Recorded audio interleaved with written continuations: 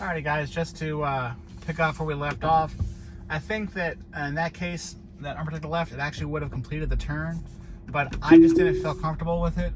The car that was approaching me was in the middle lane, and it was going to turn me into the first lane, and so I probably could have made it, but I don't know. Here's another kind of unprotected turn onto a main road, but there's no cars, and so this should be relatively straightforward. Yeah, it's going. Oh, it was going to do it.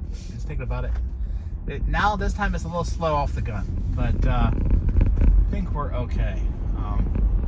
And it did okay. No worries.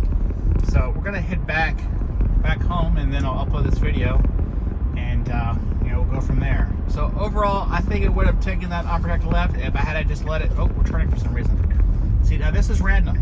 This is random. I'm not entering in an address. It's just deciding that it wants to go this way. I don't know why, and we've also for some reason just came to a stop here where there's no reason to stop.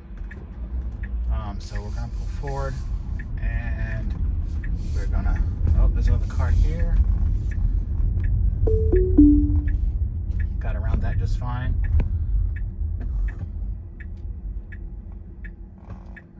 And we're gonna turn.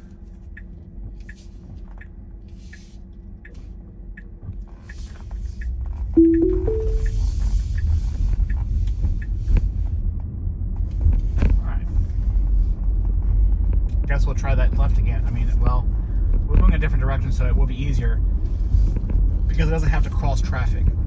And again, I think it would have made that turn if I had just let it, but I think that if it's not good enough for you to feel comfortable in its ability to make the turn, then it's not good enough. And so I wasn't comfortable, and because I wasn't comfortable, that's a, disengagement that I had to make. And actually, this stoplight, there is a stoplight here, so it should be relatively a lot easier. But actually, I did notice that it will stop and then turn through a red light, which is good because you're sitting there for no reason. It's not any fun. At first, I wasn't sure if it would do that or not, but it should stop here. We've stopped. We've stopped in the crosswalk, so that's not great. But I guess it's better than not stopping. And see, the acceleration is just crazy. I don't know why we have to go 0 to 60, and I mean, I know we have the capability.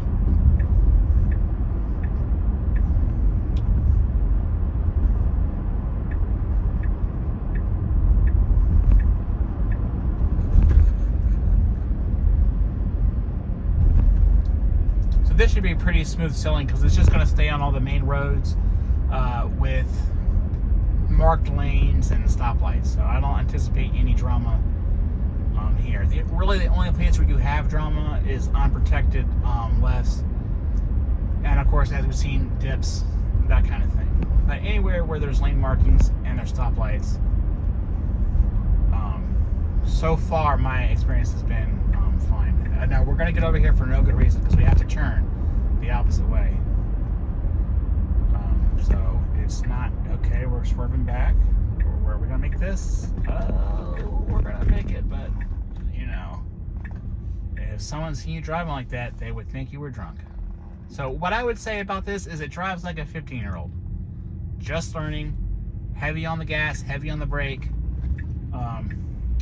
overcorrects. It's not too familiar with the road, so it doesn't know which lane it needs to be in. I had to actually disengage that there. I don't know if I had to, but it wasn't matching where my hands normally would go on the steering wheel, and so since I'm holding it all times and I'm turning with it, my inputs were different than the inputs that it wanted to do. So I don't know if that was a problem, but we don't get to find out.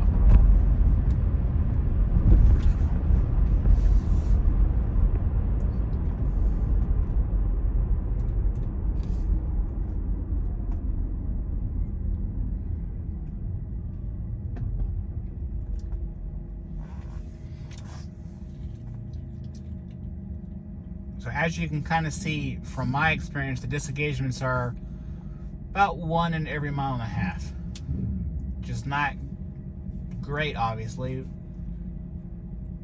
but I think it's still useful. Actually, I don't think that it's less stressful. I think that what it does is it keeps your focus on the road more. if you're just driving, your mind tends to wander. But if you're driving on this beta, you are constantly looking around, making sure that it's not about to do anything crazy. You got your hands on the wheel, your eyes on the road. You're just hoping that it doesn't decide to take a left turn into an oncoming car, which it hasn't done that, but that's the concern. So I think it makes you pay more attention to what's going on. So I guess that would be a benefit.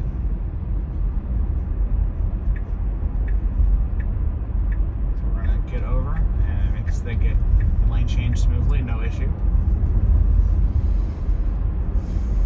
Never mind, we're driving at night, so I think that nighttime driving is a little bit harder for the cameras, being that it is vision only. And so, of course, that's what Tesla decided to do, so they have to overcome those challenges because that's what they've opted to do. But I think for the first time something like this has been delivered to the public, it's actually pretty good. And, you know, I don't want to say that it builds confidence in the system, but you can kind of see at least where they're headed, and I think they're heading somewhere good. It's pretty amazing what they can do with just cameras.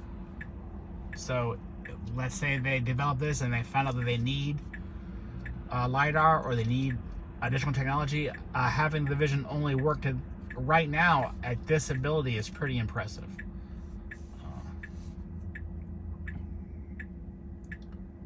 Will they ever get to level 5 driving? I really don't think Tesla wants to do that. I know they say they do, but I don't think they want to. They're trying to sell cars that you drive.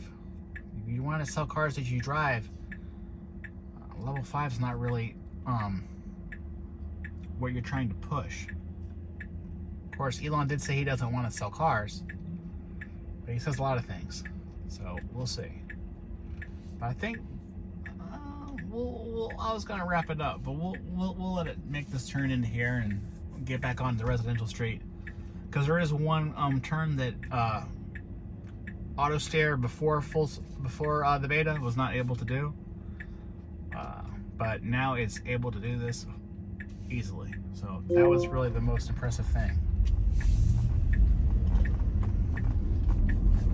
So we'll kind of see it here. Again, it kind of just turns a little bit too fast.